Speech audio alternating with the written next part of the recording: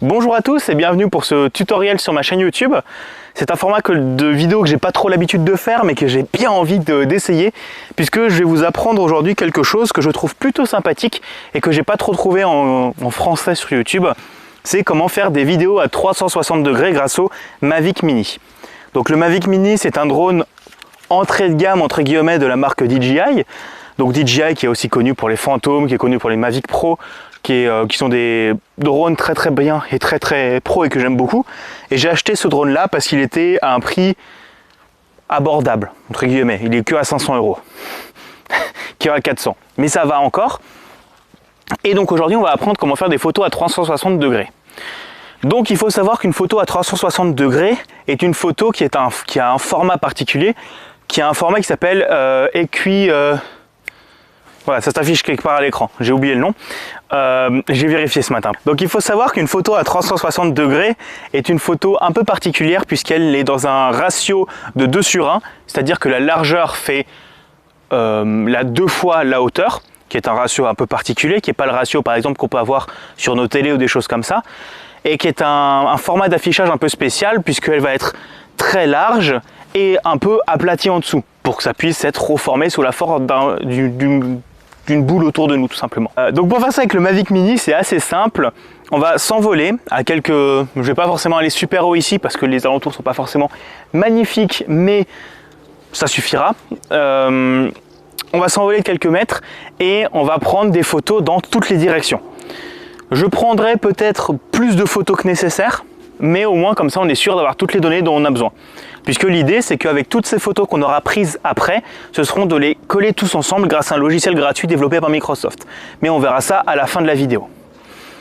Donc on va commencer par du coup faire décoller le drone. Allez, à tout de suite. Donc nous revoilà en place avec la télécommande et le Mavic Mini qui est prêt à décoller.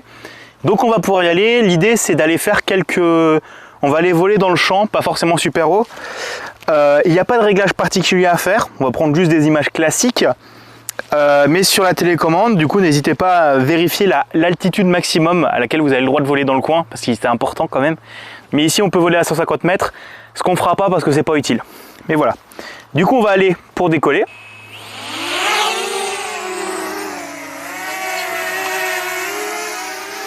Donc nous revoilà, on va essayer d'accélérer un peu et d'aller un peu vite, mais on a des galères avec les appareils photo, parce qu'on débute, c'est pas grave. Donc on a ici, j'espère que c'est à peu près dans le cadre, voilà, ça sera à peu près dans le cadre. Donc le drone, donc ce qui est important, c'est qu'on va essayer, l'idée, ça va être de bloquer la mise automatique, la balance des blancs automatique, je crois que ça s'appelle comme ça, ou en gros la lumière, pour qu'on puisse voir les nuages, mais aussi qu'on voit le sol et que ce soit pas trop cramé. Donc on va essayer de mettre à peu près sur la ligne d'horizon, comme ça on a à la fois les nuages et le sol. On bloque grâce au petit cadenas qu'on peut voir en bas à droite et on va vérifier en regardant le sol si le sol n'est pas trop sombre et si le ciel est un minimum éclairé. Et maintenant on va commencer, on va se mettre en mode Cine Smooth, enfin c'est comme ça que moi je recommande de le faire, comme ça vous pouvez vraiment faire des mouvements propres. On va se mettre à l'horizontale, donc à 0 degré la nacelle, et vous allez repérer un point dans le décor. Donc moi ce sera cette route là. Donc on va commencer par prendre une photo, on va tourner un peu en veillant à ce que un bout de l'ancienne photo soit encore bonne, et maintenant on fait tout le tour. Donc maintenant, petite voix off à la place du son qu'on a enregistré sur place pour vous dire que j'ai pas été super clair pendant l'explication, donc on va revoir en voix off et ensuite se retrouver directement pour le tuto. Donc en fait, l'idée c'est de prendre des photos. Donc moi ce que je fais, vous pouvez en prendre moins, mais j'en prends beaucoup, comme ça je suis sûr d'en avoir assez. C'est je vais faire un tour à 0 degré, donc à l'horizontale, un tour à 10 degrés, à 20 degrés, donc pour prendre le ciel, puis un tour tous les 15 degrés en descendant. Donc moins 15, moins 30, moins 45, moins 60, moins 75 et moins 90.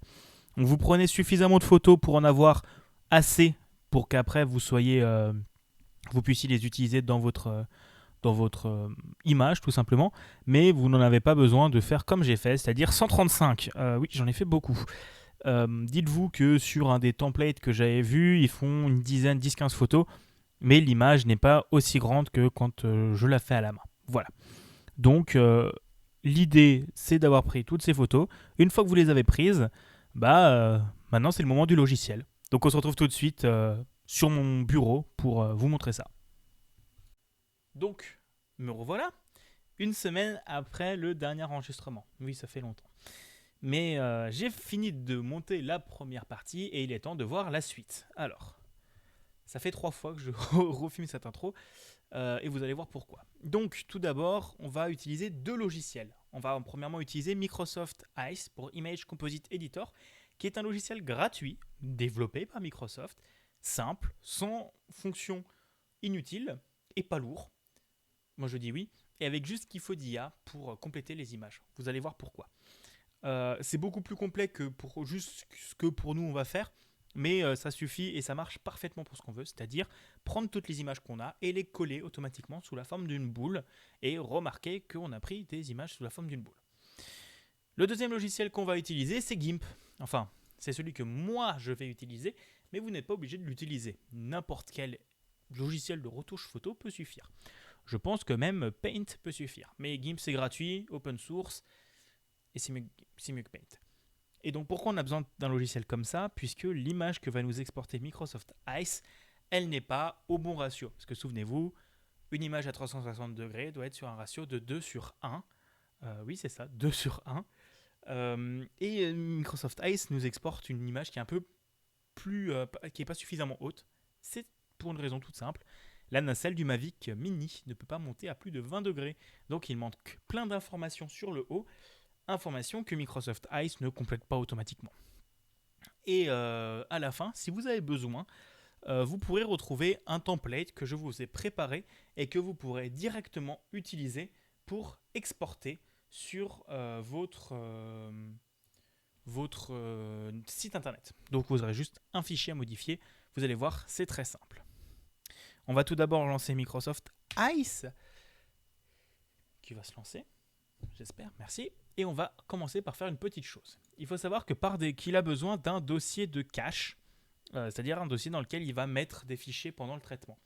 Par défaut, il le met sur le disque C, donc qui est le disque de votre Windows.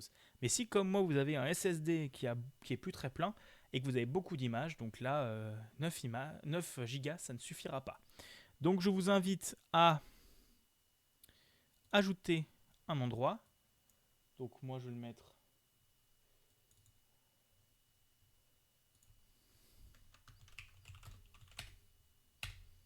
là-dedans. On supprime le premier. Et donc là on a cache Ice. Et on va pas on va rien changer à la limite. Voilà, donc maintenant le cache est modifié, on va pouvoir lancer. Donc on va cliquer sur New Panorama from Image. Vous voyez qu'on peut importer aussi depuis des vidéos. C'est-à-dire vous prenez votre appareil ou votre téléphone, vous filmez doucement un panorama, vous pouvez en faire une belle photo. Mais nous, ce qu'on a besoin, c'est From Image, puisqu'on a plein d'images. Donc on va aller récupérer les photos. Je les ai toutes importées sur mon ordi. Il y en a 135. C'est suffisant, mais trop. Et voilà, elles sont toutes importées dans le logiciel, enfin elles sont juste sélectionnées. Maintenant, on va rien toucher, on va lui dire tu détectes tout seul et on clique sur Next. Et là, il va faire son travail tout seul, ça va prendre un petit peu de temps. Donc ça dépend de la puissance de votre ordi, parce que là, ce qu'il fait, c'est ça demande beaucoup de RAM et beaucoup de processeurs. Donc moi, sur mon petit ordinateur, ça marchait aussi. Sur ma tour, ça marche bien, ça avance assez rapidement. Et plus vous avez d'images, plus ça prendra de temps, ce qui est normal.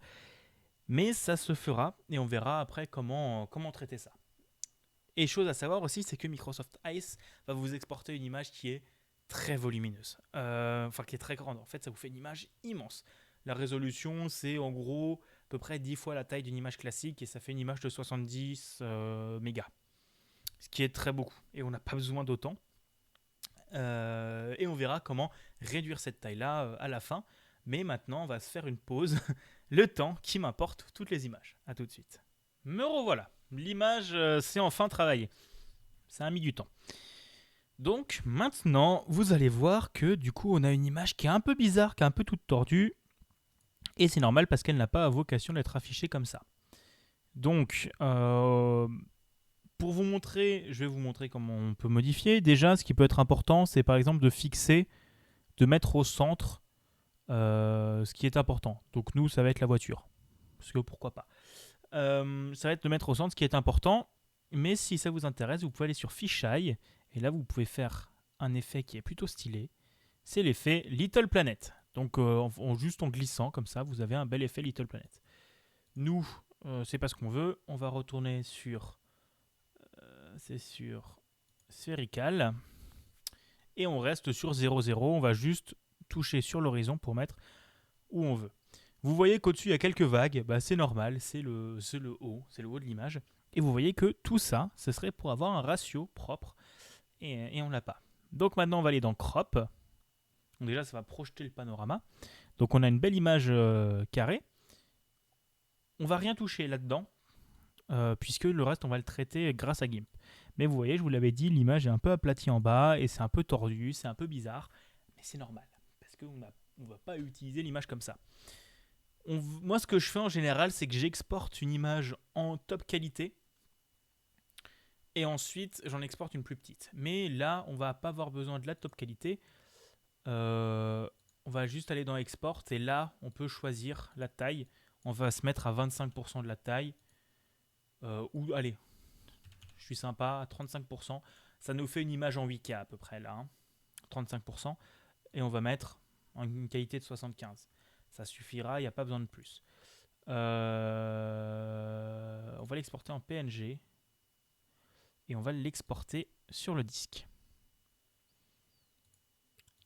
Stitch. Et ça nous exporte le panorama. Et on va le récupérer. On va l'ouvrir. Donc là, on voit déjà que c'est une image qui fait 25 mégas. Hein, ce qui est pas trop dégueu pour une image. Hein. C'est un peu beaucoup quand même. On va l'ouvrir avec GIMP. Et là, c'est le moment où on va s'amuser. Parce que, je ne vais pas vous montrer parce que ça ne sert à rien, mais en gros, si on ne modifie pas ça, l'image, en fait, comme il va lui manquer du haut, la bibliothèque, ce qu'elle va faire, c'est qu'elle va tordre l'image pour que le noir, enfin que le manquement se rattache quand même au-dessus. Donc, soit on peut aller toucher dans les paramètres de la bibliothèque, soit on exporte une image équilatérale qui sera utilisable sur tous les sites. J'ai pas réussi à trouver comment l'exporter sur d'autres sites, mais ça marche sur Google Street View, si jamais ça vous intéresse. Oui, vous pouvez exporter vos propres images sur Google Street View. Ça peut vous intéresser, on sait jamais. Donc on attend que GIMP s'ouvre, on se retrouve après. Voilà, GIMP s'est lancé. Donc maintenant, ce qu'on va faire, c'est on va créer une nouvelle image qui a la bonne taille.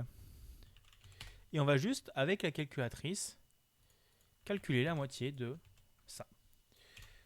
Vous pouvez le faire à la main, hein, j'ai la flemme. Vous calculez la moitié de ça, donc on va écrire 3589.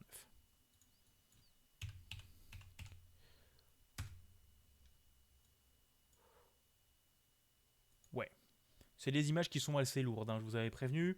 Dites-vous que quand je traitais sur les images très grand format, ça faisait des images de 2 Go. Hein. 230 mégas, ça va. On va mettre un fond noir. Donc moi, je mets un fond noir parce que c'est ce qui est le plus simple. On peut récupérer notre image via un petit CTRL-A, CTRL-C. On va venir la coller sur notre nouvelle image. Et on va la décaler pour la caler parfaitement en bas. Et voilà notre image. Donc vous voyez qu'il y a pas mal de noir, mais dites-vous que ce noir est important. On va réexporter cette image.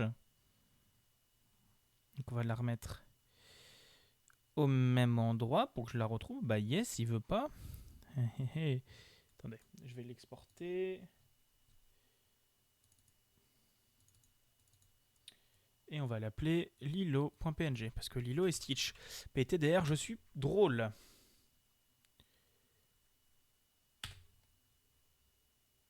Et notre image s'exporte. Donc vous voyez qu'on aura quand même fait quelques étapes. Ça se fait pas tout seul, mais c'est un procédé qui est quand même assez simple à faire. Et même si DJI ne se décide pas à l'ajouter nativement dans DJI Fly, c'est pas non plus la mort à faire.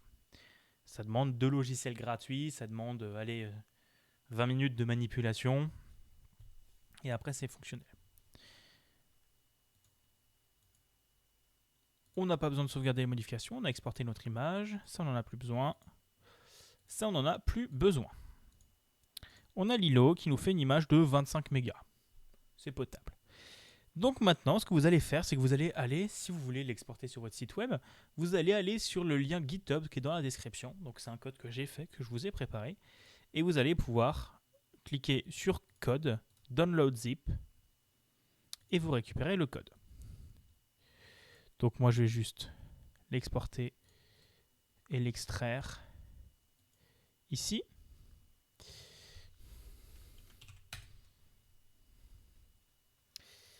Et ouais, il y a des sous-dossiers de sous-dossiers de sous-dossiers. Paf, casse-toi. Ah non, je suis encore dans un sous-dossier. Paf, on exporte tout et on a tout ici. On va aussi venir prendre notre image, donc lilo.png, qu'on va ramener ici. Là, vous allez avoir un seul fichier à modifier avant de le mettre sur votre site internet. C'est data.json. Vous pouvez parfaitement l'ouvrir avec... moi, je vais l'ouvrir avec Visual Studio, mais vous pouvez l'ouvrir avec le bloc-notes. Hein. Ça marche en soi. Ça va s'ouvrir. Normalement. Et aussi pour vous prévenir, donc ce code-là, il vous faudra votre propre hébergement. Mais si vous avez un hébergement OVH, vous glissez juste les fichiers, vous pouvez y accéder en allant dessus en fait. Et ça marche tout seul. Parce que tout utilise des chemins relatifs et tout est contenu, vous avez tout votre code là-dedans. Donc, on peut appeler notre titre. C'était champ à plop Sime. Il nous faut une description. Une image pour un tuto.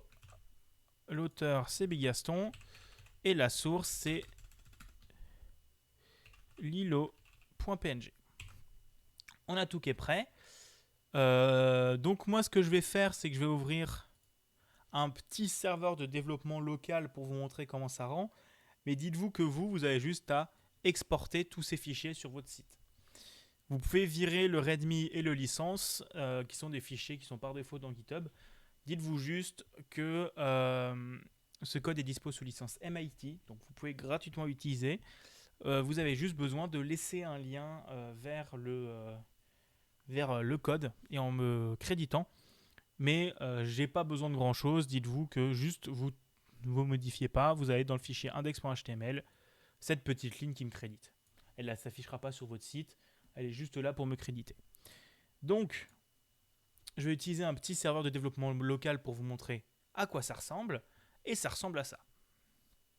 Donc, la bibliothèque que j'utilise ici, c'est Panelum, qui est une bibliothèque gratuite et open source pour afficher des vidéos, des photos ou des panoramas. Et c'est beaucoup plus complexe que ça. Et donc ici, on peut voir le nom de votre, dans la partie, ce que vous avez écrit dans la partie title, ce que vous avez écrit dans la partie description. Là, on retrouve le title, là, on retrouve le nom de l'auteur. Et si on clique sur Load Panorama et qu'on met en plein écran, on retrouve notre image à 360 degrés. Et on peut même zoomer sur moi qui galère et Yvan qui m'a aidé à filmer cette vidéo. Et au-dessus, je vous avais prévenu, il y a du noir parce qu'il nous manque des informations et qu'on ne peut pas les retrouver tout simplement. Et voilà, on peut zoomer sur les habitations qui sont au fond. Dites-vous que là, l'image n'est pas exportée en grande qualité. Hein. L'image a été exportée à 35% de la taille originale. Il est parfaitement possible dans Panelum d'exporter l'image en hyper grand format, de faire le même traitement avec GIMP, ça prendra juste beaucoup de temps à GIMP pour faire le traitement, et d'exporter l'image dans une très très grande image haute définition. Et vous pourrez zoomer et vous aurez une très très belle image. Mais dites-vous que déjà comme ça, c'est assez bluffant. Voilà. Donc c'est tout pour ce tutoriel. Il n'y a pas beaucoup besoin de plus parce que voilà, c'est tout ce qu'il vous faudra pour faire une image à 360 degrés avec un Mavic Mini. Alors oui, c'est pas aussi clé en main qu'une solution qui serait juste dans DJI Fly, vous cliquez sur un bouton, ça prend les images et ça vous exporte l'image. Mais à la main, vous pouvez le faire, ça fonctionne, c'est gratuit. À partir du moment où vous avez un Mavic Mini, c'est gratuit. Et là, je parle du Mavic Mini parce que c'est celui que j'ai, mais vous pouvez parfaitement le faire avec n'importe quel drone en fait. N'importe quel drone où vous avez la nacelle qui s'incline, vous pouvez réutiliser cette solution. Et même si vous êtes au sol et que vous avez votre appareil photo, vous pouvez utiliser la même solution. Vous prenez des photos autour de vous, vous l'importez dans Microsoft Ice et ça marche. Et pour Microsoft Ice, là on a vu uniquement pour faire des photos à 360 degrés, mais dites-vous qu'il gère hyper bien aussi les panoramas. Donc vous prenez différentes photos pour un panorama, vous l'importez dans le logiciel, ça vous exporte un panorama. Vous pouvez aussi par exemple prendre ce que j'ai fait sur une falaise en drone, j'ai pris plein d'images parce que j'avais pas suffisamment de recul, j'ai pris plein d'images, j'ai mis dans Microsoft Ice, ça m'a exporté une image qui était grande et qui avait toutes mes images et tout ce que j'avais besoin. J'espère que ça vous aura plu, que ça vous aura intéressé. Je ne suis pas forcément hyper bon en montage, j'ai essayé de faire un truc qui est quand même regardable et intéressant. Si vous avez aimé la vidéo, n'hésitez pas à vous abonner à ma chaîne YouTube, même si pas forcément vous trouverez d'autres contenus qui vous intéresseront si vous venez pour des tutos de Mavic Mini, parce que ce n'est pas mon contenu habituel. Moi, je fais principalement du podcast sur les jeux vidéo, sur l'actualité et sur de la vulgarisation d'informatique. Vous pouvez aussi me suivre sur Twitter @bigaston et si vous avez quelques euros en trop et que vous voulez me faire un don, c'est sur utip.io/bigaston. Je vous fais des bisous, je vous dis merci et je vous dis peut-être à une prochaine vidéo et amusez-vous bien. Et si vous faites des images comme ça, n'hésitez pas à me taguer sur Twitter pour m'envoyer le lien ou votre image. Ça m'intéresserait de voir où est-ce que vous êtes allé prendre des images. Au revoir et merci encore.